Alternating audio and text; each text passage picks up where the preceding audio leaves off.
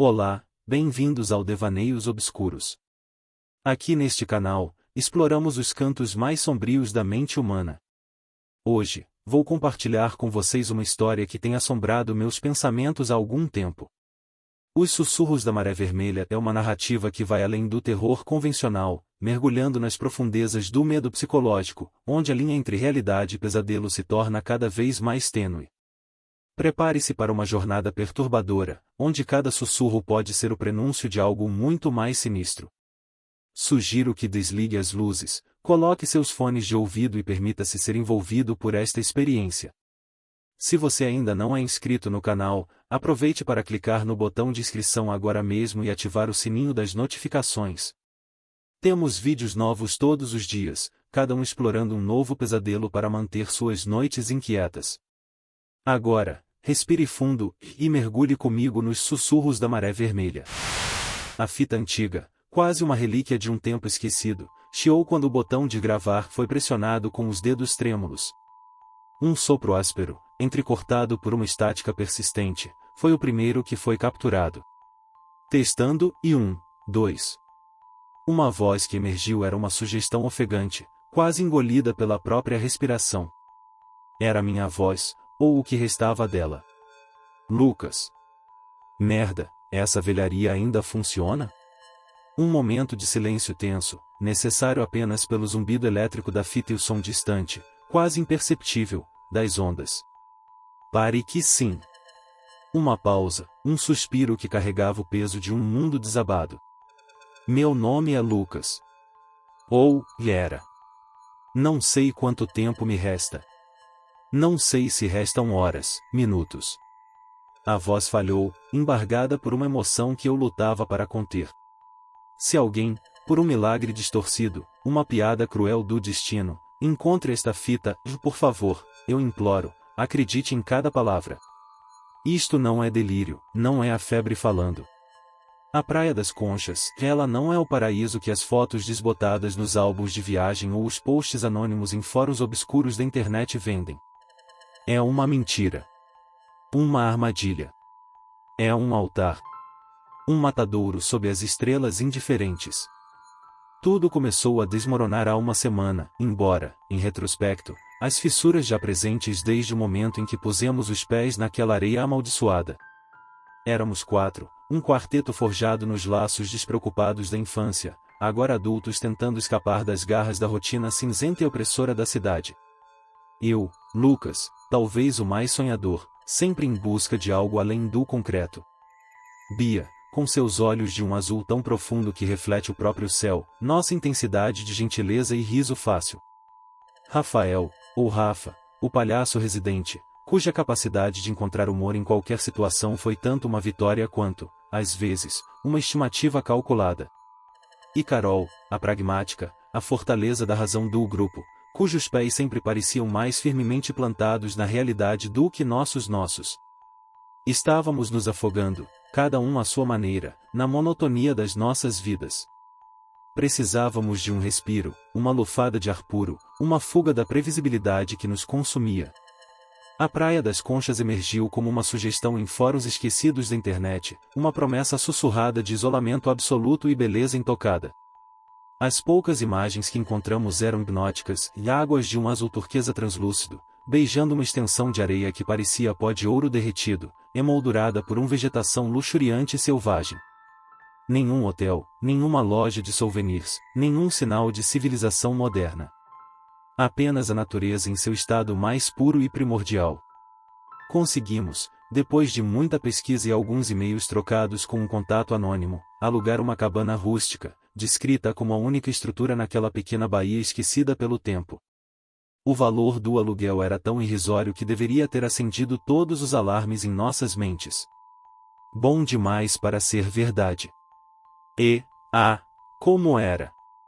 Os primeiros 2 dias foram um sonho febril, uma suspensão idílica da realidade. O sol escaldante beijava nossa pele, o mar convidativo nos acolhia em seus braços salgados, e nossas risadas ecoavam pela praia deserta, sem barreiras, sem ninguém para nos julgar ou nos apressar. Mergulhávamos até a exaustão nas águas cristalinas, exploramos pequenas grutas secretas que a maré baixa revelava como tesouros escondidos, suas paredes internas cobertas de conchas minúsculas que brilhavam como madrepérola. À noite, a fogueira que acendíamos com dificuldade na areia úmida era nosso farol, o centro do nosso pequeno universo, sob um manto de estrelas tão denso e próximo que parecia palpável, como se pudéssemos estender a mão e tocar os diamantes celestes. O único som, além das nossas vozes embriagadas de liberdade e vinho barato, era o ritmo primordial e constante das ondas quebrando na praia e o lamento melancólico do vento que sibilava entre os coqueiros esparsos. Havia uma paz ali, uma paz tão profunda e absoluta que, em retrospecto, é como o silêncio opressor que precede o bote traiçoeiro da serpente. Foi na terceira noite, sob a luz de uma lua quase cheia que pintava a paisagem com toneladas prateados e fantasmagóricos, que a realidade, ou o que pensávamos ser a realidade, começou a trincar. Sutilmente a princípio, como uma minúscula fissura se espalhando por uma vidraça, quase invisível, mas prenunciando a estilhaçar que viria. A fita em meu gravador improvisado parecia capturar um aumento na estática ambiente, um chiado mais pronunciado, e minha própria voz, quando retomei a gravação mentalmente, soava como um fio tenso, disparava a romper. Estávamos ao redor da fogueira, as chamas alaranjadas dançando e lançando sombras caprichosas sobre nossos rostos e na vegetação densa que cercava a pequena clareira da praia onde uma cabana fora erguida. O ar estava morno, salgado, e a conversa fluía fácil, temperada pelas cervejas que ainda restavam. Rafa, no auge de uma de suas histórias infindáveis e provavelmente exageradas de pescador, sobre um peixe gigante que quase o arrastara para as profundezas em uma pescaria com seu avô, foi subitamente interrompido. Não por nós, mas por um som. Um canto. Distante, quase subliminar ao princípio, parecia emanar do próprio mar escuro que se estendia à nossa frente, uma massa negra e indistinta sob o céu estrelado. Não era uma melodia reconhecível, não como qualquer música que já tivéssemos ouvido. Era mais um zumbido gutural, uma vibração profunda e ressonante que parecia vibrar através da areia, subindo por nossos pés e ecoando em nossos ossos. Era estranhamente dissonante, mas com uma cadência hipnótica, quase ritualística. Nos entreolhamos, as frases de Rafa morrendo em seus lábios. O silêncio que se seguiu foi exigido apenas pelo crepitar da fogueira e o som distante das ondas. O que foi isso? Bia sussurrou, seus olhos azuis arregalados e buscando os meus na penumbra. Deve ser o vento nas pedras da encosta, Rafa tentou racionalizar, embora seu rosto tivesse perdido um pouco da cor. Ou talvez algum barco de pesca mais distante, com o motor fazendo um barulho estranho. Mas nós não avistamos uma única alma ou barco desde nossa chegada. A praia permanente deserta, um paraíso exclusivo, ou assim pensávamos. Carol, sempre a fortaleza da razão, revirou os olhos, embora eu tenha notado um leve tremor em suas mãos enquanto ela atiçava a fogueira com um galho. Vocês estão ouvindo coisas. Deve ser o mar brincando nas rochas da ponta norte. Ou o Rafa que exagerou na caipirinha demais cedo e está começando a ter alucinações auditivas. Rimos, um riso nervoso que não alcançou os olhos, um som oco que pareceu ser engolido pela vastidão da noite. Tentamos retomar a conversa, o ambiente leve, mas algo havia se quebrado. O canto, ou a súbita ausência dele quando cessou alguns minutos depois, deixou um inconveniente incômodo, uma sensação de algo não dito, de uma presença invisível que nos observava da escuridão. Naquela noite, o primeiro pesadelo me visitou. Não me lembro de todos os detalhes, apenas fragmentos vívidos e perturbadores que se agarraram à minha mente como teias de aranha. Sombras disformes rastejando na beira da água, movendo-se de forma não natural. Olhos fosforescentes brilhando na escuridão da mata, me observando. E aquele canto profano, agora mais claro em meu sonho, ecoando nos corredores labirínticos da minha mente, chamando por algo que eu não consegui nomear, algo que meu instinto gritou para que eu temesse. Acordei suando frio, o coração martelando contra as costelas, o som das ondas parecendo zombar da minha angústia. Ao amanhecer, com os primeiros raios de sol pintando o céu de tons rosados e dourados, Rafa havia sumido. Evaporado, como se nunca tivesse existido. Procuramos freneticamente, primeiro com uma ansiedade crescente, depois com um pânico que começou a nos sufocar. Seus chinelos, um par surrado e familiar que ele usava desde a adolescência, jaziam perto da rede puída onde ele costumava cochilar sob a varanda da cabana, balançando suavemente na brisa matinal. Nenhum bilhete. Nenhum traço de luta, nenhum sinal de que ele simplesmente tenha se levantado e partido. Apenas um vazio onde antes havia vida, risadas e histórias intermináveis. A rede ainda guardava o leve formato do seu corpo, uma impressão fantasmagórica. Bia desabou em um choro convulso, suas soluções ecoando pela quietude da manhã, um som de pura desolação. Carol, embora visivelmente abalada, o rosto pálido e os lábios comprimidos em uma linha fina, lutava para manter a compostura. Ela sugeriu, com uma voz que tentava soar calma, que ele poderia ter acordado com o sol para uma caminhada matinal e se perder na mata, talvez explorando alguma trilha que não tivesse sido notada. Mas as trilhas ao redor da baía eram poucas, curtas e bem demarcadas pela vegetação mais baixa. E Rafa, apesar de seu espírito aventureiro, não era do tipo que sumia sem deixar rastro, sem avisar, principalmente em um lugar tão isolado. Ele conhecia seus limites. A voz no gravador falhou novamente, uma solução quase escapando. Eu consegui dizer, as palavras arranhando minha garganta. Um arrepio glacial percorreu minha espinha no momento em que vi seus chinelos vazios. Aquele canto da noite anterior não era o vento. Não era natural. Algo o levará. Passamos o resto do dia em uma busca desesperada, varrendo cada centímetro da praia, gritando seu nome até nossas vozes ficarem roucas. Nossos gritos ecoavam pela praia deserta, encontrando apenas o som das ondas e o choro das gaivotas como resposta, sendo rapidamente engolidos pela imensidão da paisagem. Nada. A maré subiu e desceu com sua indiferença impassível, lavando a areia como se estivesse metodicamente limpando uma cena de crime, apagando qualquer vestígio que pudesse ter sido deixado. A beleza da Praia das Conchas agora nos parecia uma fachada cruel, uma máscara sorridente escondendo algo monstruoso. À noite, quando a escuridão desceu novamente como um sudário, o canto retornou. Desta vez, estava mais perto. Mais nítido. Não era mais um zumbido distante, mas um coro polifônico de vozes, masculinas e femininas, entrelaçando-se em uma harmonia sinistra e perturbadora. Elas entoavam palavras em uma língua ancestral, desconhecida, gutural, cheia de consoantes ásperas e vogais prolongadas que não se arrastam como garras. Havia algo de primitivo, de faminto, naquela cadência sinistra, algo que falava uma parte de nós que a civilização não havia conseguido apagar, um medo instintivo do escuro e do desconhecido que se escondia nele. Carol, agora com o rosto pálido como a lua que começava a subir no céu, agarrava um facão de cozinha enferrujado que encontramos nos fundos da cabana, a lâmina manchada e cega, mas ainda assim uma frágil promessa de defesa. Bia chorava em silêncio, encolhida perto da fogueira que, naquela noite, teimava em não pegar direito. A madeira que havíamos coletado parecia perpetuamente úmida, fria ao toque, apesar do sol inclemente que castigara a praia durante todo o dia. O fogo era pequeno, fraco, suas chamas bruxuleantes lançando sombras trêmulas que dançavam como espectros ao nosso redor. O estava carregado de uma expectativa terrível.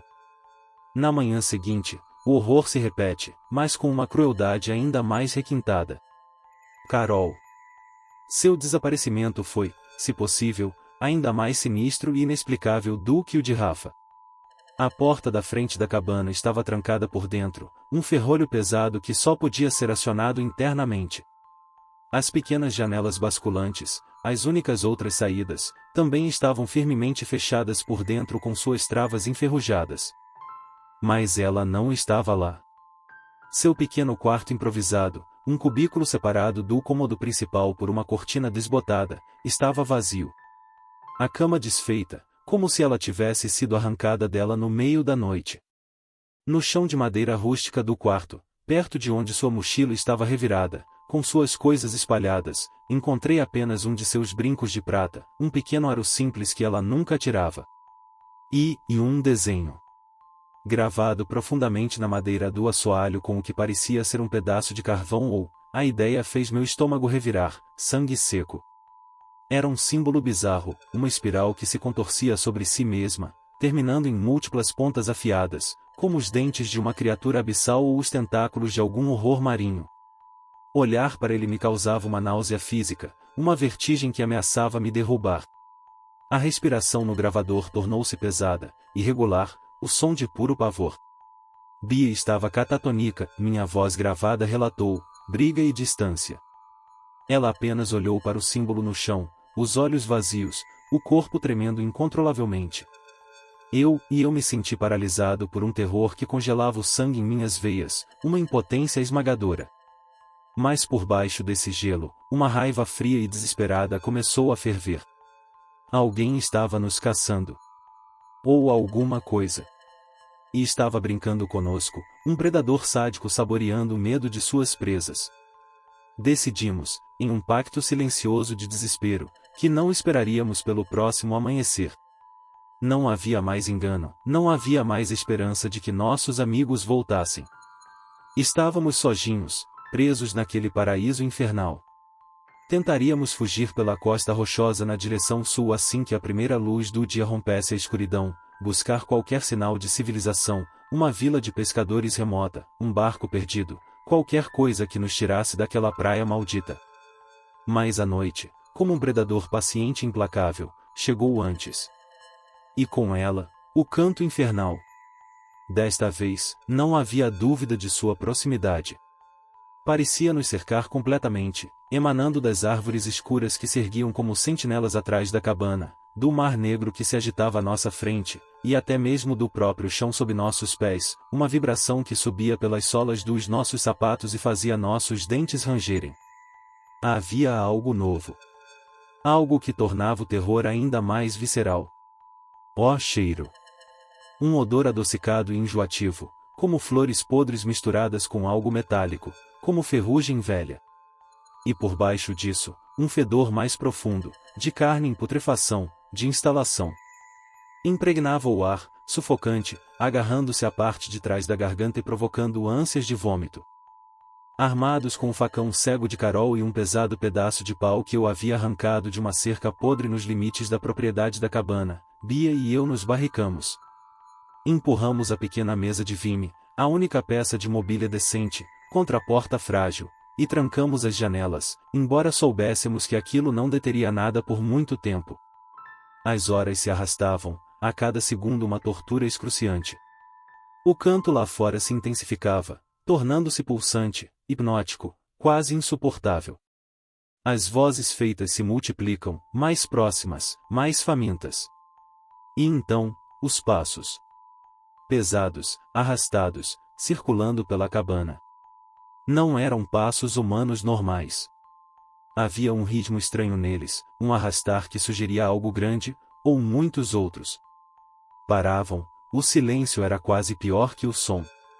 Depois recomeçavam, mais perto da janela, depois da porta. Bia começou a murmurar orações fragmentadas, palavras desconexas de uma fé que ela mal praticava, seus olhos fixos na porta como se pudessem ver através da madeira. Eu agarrei o velho gravador de fita, um gesto instintivo, quase insano. Por quê? Talvez uma última tentativa desesperada de deixar um testamento para o impensável, um registro de que não enlouquecêramos, de que aquilo realmente aconteceu. De repente, batidas violentas ecoaram na porta, a madeira velha estalando sob o impacto. Bia falou, um som agudo e histérico que se misturou ao meu próprio rugido de fúria e medo. Fiquem longe dela, seus malditos, gritei para as sombras do lado de fora, brandindo o pedaço de pau como um louco. Minha voz na gravação, agora um grito estrangulado, foi seguida por uma cacofonia de sons de luta, estileteços de madeira, o barulho metálico do facão caindo no chão. Um grito agudo e final de Bia, abruptamente silenciado. Depois, um silêncio ensurdecedor, quebrado apenas pela minha respiração áspera, ofegante, o som de um animal encurralado. Levaram-na. Consegui balbuciar para o microfone. Arrebentaram a porta e levaram a Bia. Eu tentei. Deus, eu juro que tentei. Minha voz se corta em um soluço de pura derrota. A fita continua a gravar, e o som ambiente que se agitava era o de ondas quebrando com uma violência incomum na praia e um vento uivante que parecia carregar lamentos.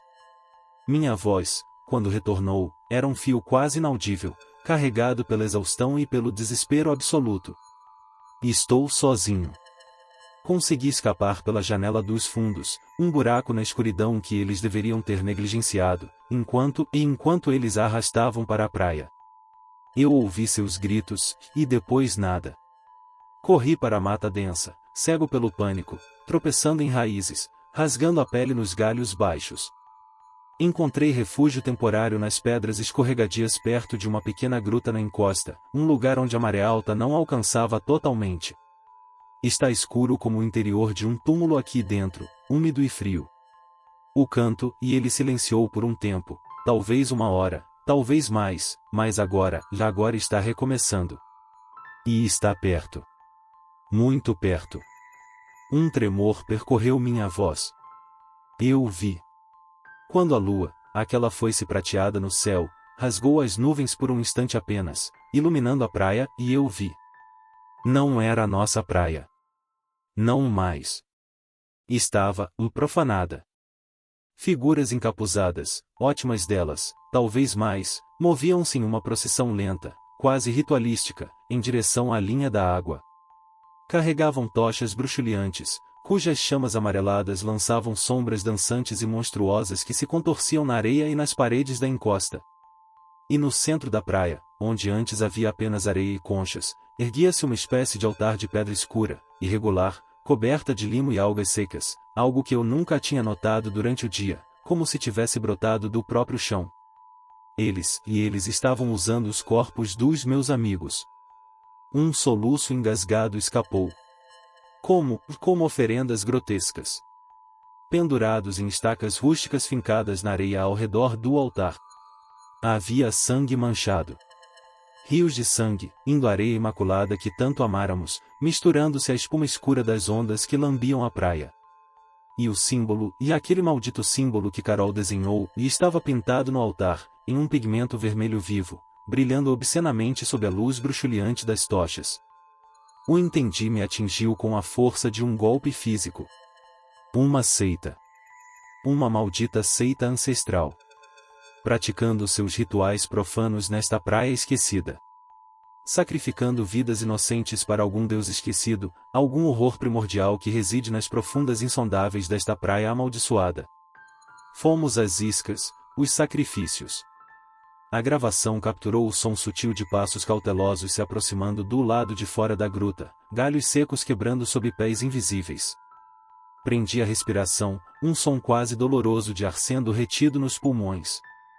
Eles estão me caçando, sussurrei, a voz um fio trêmulo e desesperado.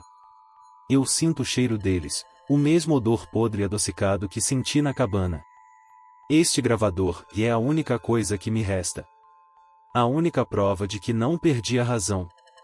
De que este inferno, e de que tudo isto, é real. Tentei me enfurnar mais fundo na gruta, rastejando sobre pedras úmidas e frias que arranharam minha pele. Mas o cheiro, e aquele cheiro adocicado e metálico, estava mais forte aqui dentro.